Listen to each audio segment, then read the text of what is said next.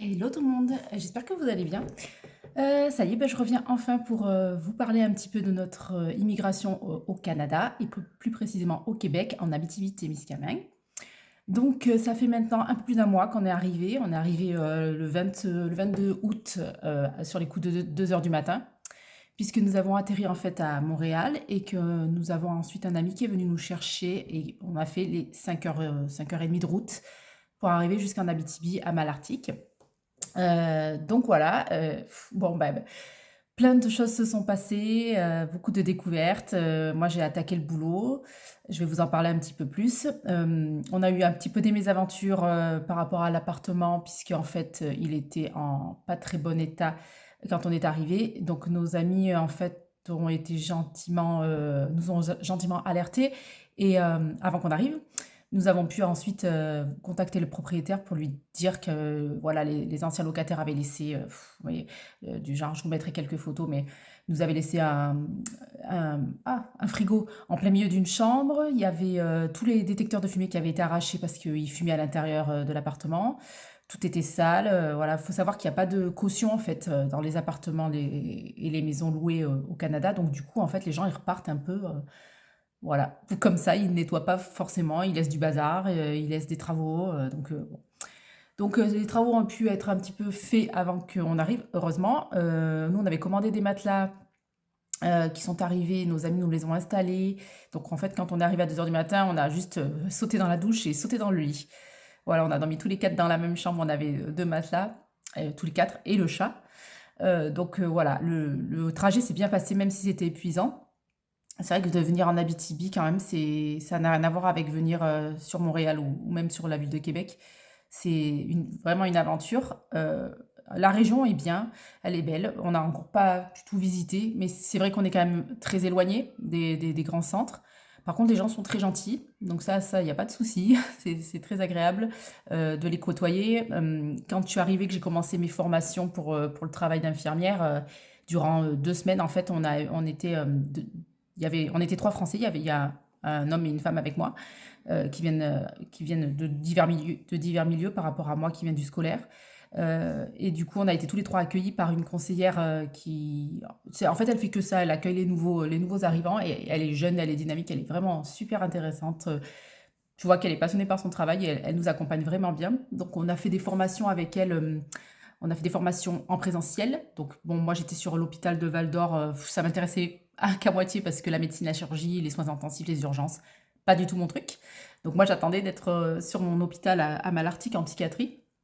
Mais j'ai quand même, voilà, j'ai pu découvrir un petit peu comment ça se passait. Les formations en ligne, c'est très, très, très, très dense. En plus, c'est des formations, hein, la plupart, elles sont avec validation obligatoire à la fin, donc il faut atteindre un certain pourcentage. C'était pas facile. Certaines, j'ai eu du premier coup, donc je me suis contente, j'ai pas perdu tous mes acquis. Après, on avait d'autres qui étaient vraiment très poussés sur voilà, les systèmes de pompe quand tu fais une perfusion, tout ça. Donc, c'est des choses que j'ai pas vues depuis mes études, quoi, parce que en psychiatrie, en gériatrie et dans le scolaire, j'en ai jamais fait, quoi. Bon, je me suis quand même mise à jour. C'est pas plus mal, on sait jamais. Et puis ensuite, par contre, j'ai quand même eu une formation sur les plaies de 3h30 en ligne, mais alors tu ne les vois pas passer les 3h30. C'est vraiment. Il faut savoir qu'en fait, ici au Québec, les infirmières, elles ont le droit de elles-mêmes faire le protocole de plaie.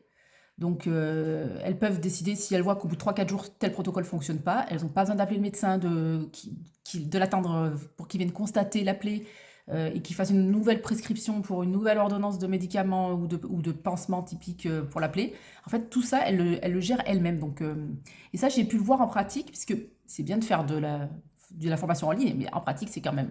Ça rentre, enfin, moi, je fonctionne comme ça, je sais pas vous, mais moi, je fonctionne en voyant concrètement la chose. Et en fait, on pouvait, pendant 3 matinées, l'après-midi, on avait des formations en ligne, et pendant 3 matinées, on avait de l'observation en service. Du coup, moi, je suis pas allée en psychiatrie, puisque ça, j'allais y aller.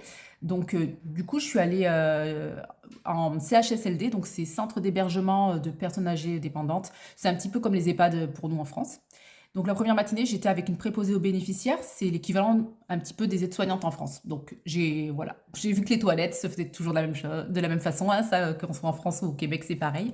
Mais ça m'a fait du bien de renouer un petit peu avec le soin on va dire, à la personne âgée. C'était très sympathique et les filles étaient super sympas en plus. C'était vraiment agréable de travailler avec elles. Le lendemain matin, je suis allée du coup avec deux infirmières, mais qui sont en CLSC. Donc en fait, de la santé courante, donc centre local de santé courante. Et ici à Malartic, comme c'est une petite ville, on est à 25 minutes de Val d'Or, où il y a vraiment le gros hôpital, on va dire, il n'y a pas d'urgence. Mais ces filles, elles sont, franchement, elles sont, je sais pas comment vous dire ça, tellement elles sont complètes dans leur travail. Euh, En fait, si vous voulez, le matin, elles font toutes les prises de sang. Donc déjà, de 8 h à 10 h, les gens viennent. En fait, elles se déplacent pas. C'est les gens qui viennent au cabinet. Elles font toutes les prises de sang, mais elles font le travail de la secrétaire. Elles font le travail des laborantins parce qu'elles ont une mini centrifugeuse où elles mettent les tubes. Elles lancent enfin voilà, elles lancent la machine, on va dire, voilà. Et une fois que c'est fait, elles récupèrent le sérum qu'elles mettent dans une autre fiole, puis elles mettent les deux ensemble, et après il y a un monsieur qui vient de l'hôpital pour les envoyer au laboratoire afin que ce soit analysé. J'ai dit mais what the fuck, ça j'ai jamais fait en France quoi, c'est hallucinant. Ensuite, de 10 à 12, elles font donc les fameuses plaies, tous les pansements de plaies chroniques, des gens qui viennent, ça peut être très bien, comme on a une mine, ça peut être quelqu'un de la mine qui s'est blessé à la mine, qui a besoin d'avoir un pansement régulièrement, donc qui vient faire les soins. Puis après, il repart travailler ou il vient après ils appellent ça des shifts ici, après son shift de nuit, son travail de nuit, il vient et après il rentre chez lui. L'après-midi, elles vont avoir tout ce qui est pansement de stomie. Donc, vous savez, c'est quand on a une poche qui est au niveau de l'intestin parce que les intestins fonctionnent moins bien. Donc, elles vont avoir ces soins-là, alors qu'en France, c'est les stomathérapeutes et les infirmières libérales. Il faut savoir qu'il y a aussi des infirmières, enfin, c'est pas des infirmières libérales, ça s'appelle des soins à domicile, parce que ça n'existe pas le libéral ici. Mais il y a aussi des soins à domicile, hein, donc elles font ça en plus, quoi.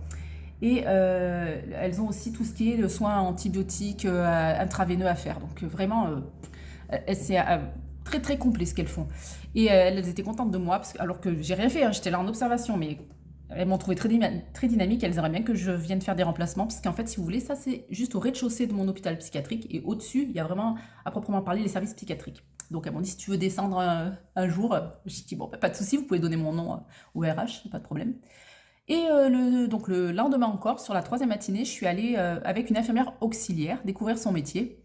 Donc en fait, elle fait tout pareil qu'une infirmière, sauf que elle va pas faire l'évaluation de la personne, l'évaluation de la plaie en elle-même, et elle va pas commencer le protocole de soins, parce qu'en fait l'infirmière, elle va faire son protocole infirmier, le PTI, l'infirmière clinicienne, ce que je suis du coup, voilà. Et donc en fait, on doit apprendre à déléguer beaucoup aux infirmières auxiliaires. Après, il faut savoir que moi en psychiatrie, donc j'ai attaqué lundi là, lundi dernier, le 23 du coup. Et en psychiatrie, il n'y a pas de différence entre l'infirmière clinicienne et l'infirmière auxiliaire. On est toutes mélangées, donc ça, voilà, c'est... D'ailleurs, elles en savent beaucoup plus que moi, hein, parce que moi, j'ai l'impression d'être encore un petit peu perdue, même si on m'a déjà confié deux dossiers patients, on va dire. Et dans mon hôpital, il y a deux services, enfin, il y en avait trois à l'origine, mais la réadaptation a fermé faute de personnel. Donc, il y a la médecine légale. Ça va être tous les patients qui vont être en attente de jugement, savoir s'ils sont aptes à suivre leur jugement ou si le trouble psychiatrique est trop important. Dans ce cas-là, ils seront considérés comme non responsables. Donc c'est très très passionnant, mais c'est vrai que ça, c'est les portes barrées. Donc barrées, ça veut dire fermées à clé, hein. Les portes fermées à clé, voilà, avec des caméras partout, beaucoup de surveillance.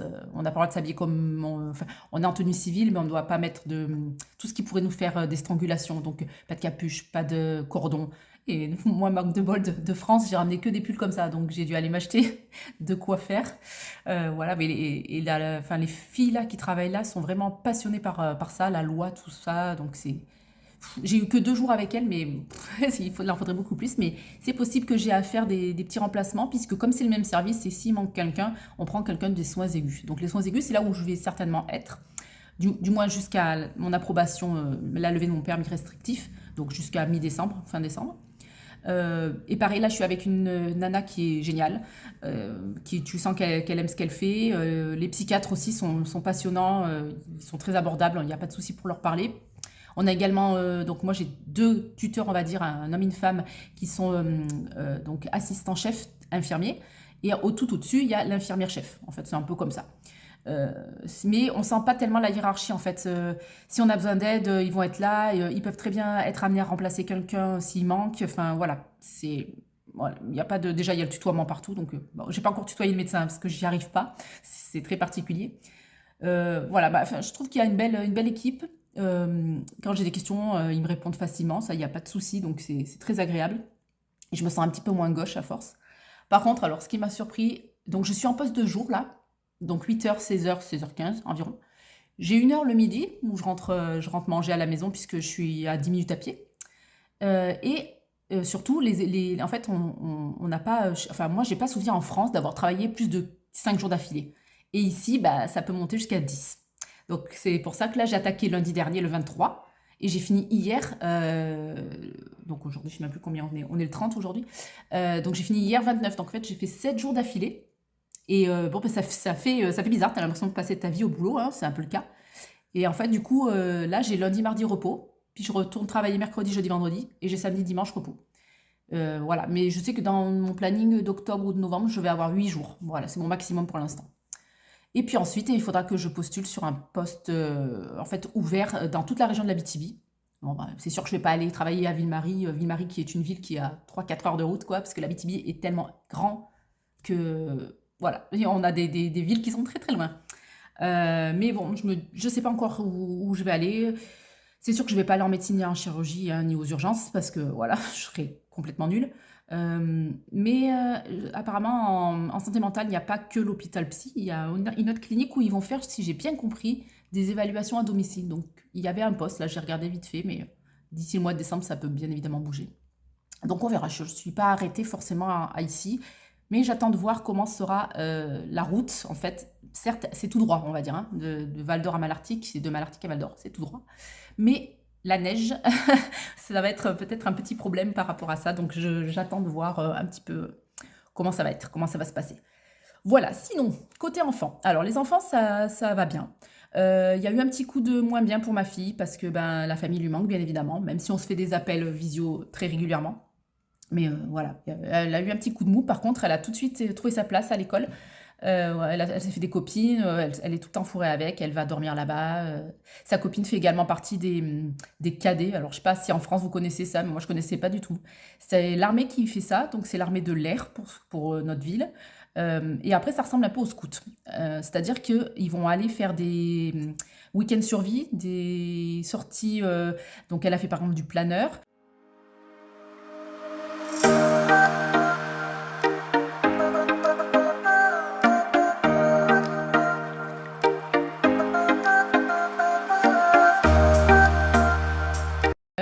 Ils apprennent les gestes de premier secours, ils apprennent à s'orienter dans la forêt. Enfin voilà, elle s'éclate quoi. Elle s'éclate. Hier, elle a passé tout le week-end du coup en survie où ils ont appris à faire du feu aussi. Donc voilà, elle vit sa meilleure vie. Elle s'est aussi inscrite au badminton, donc 2 fois par semaine le soir à l'école. Enfin, ça s'appelle l'école secondaire, hein, mais c'est l'équivalent du collège. Elle a badminton. Voilà, les cours, donc ils commencent à 9h puis ils finissent à 15h35 tous les jours, du lundi au vendredi. Il n'y a pas autant de vacances qu'en France, mais les journées sont moins chargées. Ils ont moins de devoirs aussi, puisque en fait, ils ont 1 heure le midi pour faire leurs devoirs. Et c'est pas 1 heure d'études comme en France. C'est-à-dire que en France, ça va être juste un surveillant qui va vous surveiller, quoi. Voilà, s'il n'est pas habilité dans les maths, il va pas pouvoir vous aider, sauf s'il kiffe les maths, quoi. Mais bon. Alors que là, ils vont avoir une salle attitrée avec un professeur, mettons le prof de français. Mais si par exemple ma fille a un devoir en maths et qu'elle n'a pas tout compris sa leçon, elle peut demander au prof de français d'aller dans la salle d'à côté où il y aura sa prof de maths. Donc voilà, c'est génial. Et maintenant qu'elle a compris ça, ben, ses notes sont en croissance. Et par exemple, elle a eu une bonne note en maths. Elle n'avait jamais eu une bonne note en maths en France, quoi. Elle détestait ça. Et en plus, on a également aussi, donc c'est une plateforme qui s'appelle Alloprof.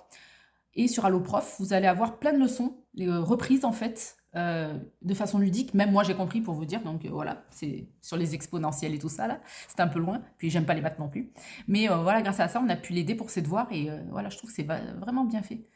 Bon, mon fils, par contre, lui, donc le côté social, c'est un peu plus difficile. Il a du mal à se faire des amis parce qu'il est rentré dans une classe, donc c'est l'équivalent de la troisième en France, mais lui, ça sera le secondaire 3, donc la troisième année. Et donc les classes se connaissent déjà. Donc c'est un peu plus dur de rentrer dans le cercle d'amis, mais ça se fait. Le midi, il fait du baby-foot et puis il y a un club de gaming aussi, donc bon, il s'éclate. Et par contre, au niveau des notes, il excelle, quoi. C'est, voilà. Voilà, je suis trop contente parce qu'il s'est vraiment bien adapté. Et il a bien compris le principe de demander de l'aide aux professeurs, beaucoup plus qu'en France. Donc voilà. Et donc côté travail pour Nico, eh ben écoutez, ça y est, il a enfin trouvé un travail. Enfin. Il n'a pas cherché bien longtemps, il n'a pas eu à chercher bien longtemps. En 15 jours, c'était bouclé. Et donc il est chargé de projet dans une entreprise de transport ferroviaire. Donc voilà, il est content. Il a commencé vendredi dernier pour la journée d'accueil. Et aujourd'hui, là, c'était son vrai premier jour. Une équipe très dynamique aussi. Donc je pense qu'il a plein d'objectifs et de travail qui l'attendent. Et il a l'air vraiment content. Et je suis contente aussi pour lui. Donc voilà, là, au niveau économie, on a bien dépensé, puisque vous savez qu'on est parti qu'avec des valises, donc on a du tout aménagé, l'appartement était strictement vide, on n'avait même pas de frigo, on n'avait rien du tout, hein, rien, on a tout acheté.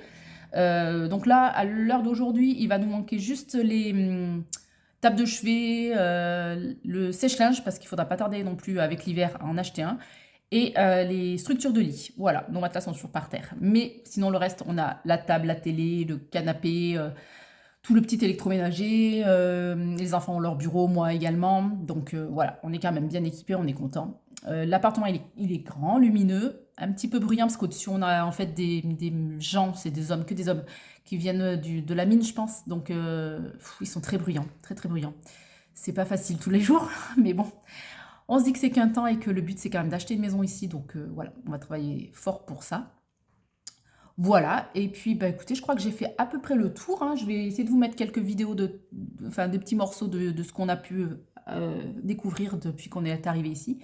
Une première pour nous, on va faire le lavage auto où on reste dans la voiture. Regardez ça.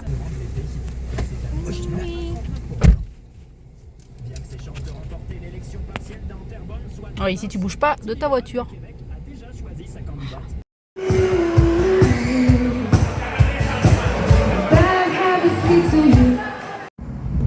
Donc là, voilà, notre quartier un petit peu à la Desperate Houses. Vous remarquerez qu'il n'y a pas du tout de barrière. Les gens mettent tout de suite leur habitation sans barrière. Donc voilà, on a appris aussi à vivre comme ça, à lâcher un petit peu prise sur la sécurité ici, puisque justement, c'est pas du tout comme en France. C'est bien plus sécure. Voilà, je vous laisse profiter.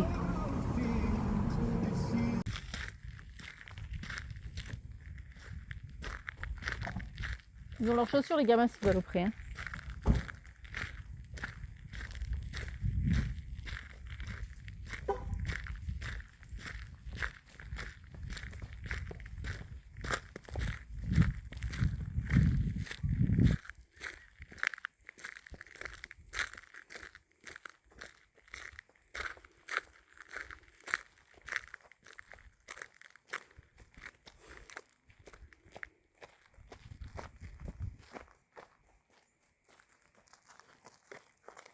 Bien, hein.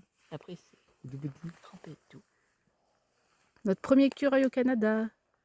Tranquille. Il a pris la pause. C'est Nathan qui l'a repéré. Oui, il était là sur le. Niveau nourriture, ça va. on trouve du fromage. On a appris un petit peu à déjeuner différemment. Puis j'ai acheté le Thermomix. On a fait le gros investissement. On a acheté le Thermomix et grâce à ça, on peut cuisiner correctement. Parce que c'est vrai que sinon, j'avais l'impression qu'on mangeait toujours la même chose. Je retrouvais pas tout ce que j'avais en France, donc j'arrivais pas à trouver des nouvelles recettes pour ici, équilibrées du moins. Et là, ça va mieux. Avec le Thermomix, on s'en sort bien. Donc voilà, on réapprend à petit déjeuner ensemble. Voilà, on profite vraiment tous les quatre de notre nouvelle vie. Et puis bah, j'ai hâte de voir ce que l'avenir nous réserve également. J'ai hâte d'avoir fini mon stage et de pouvoir être vraiment infirmière à 100%, on va dire. Et pouvoir partir là où j'ai envie d'aller travailler, si ça me chante, quoi. Voilà, bah, écoutez, j'espère que cette petite vidéo vous a plu. Voilà, là on est arrivé à fin septembre, l'automne commence tout doucement à bien pointer son nez. Mais on a eu, vous voyez, je suis en t-shirt d'ailleurs. Je suis en t-shirt, donc il fait super beau, super chaud encore. Donc on profite avant que l'hiver arrive et puis bah, peut-être que dans quelques mois, je vous dirai pas ça, je vous dirai que j'en ai marre de la neige. Mais bon, on verra bien. Donc bah, écoutez, je vous dis à bientôt. J'espère voilà, pouvoir vous faire une petite vidéo update le mois prochain. Voilà, et vous montrer un petit peu plus de couleurs, qu'on ait le temps un petit peu plus de sortir maintenant que notre routine commence à se mettre en place. Allez, ciao ciao!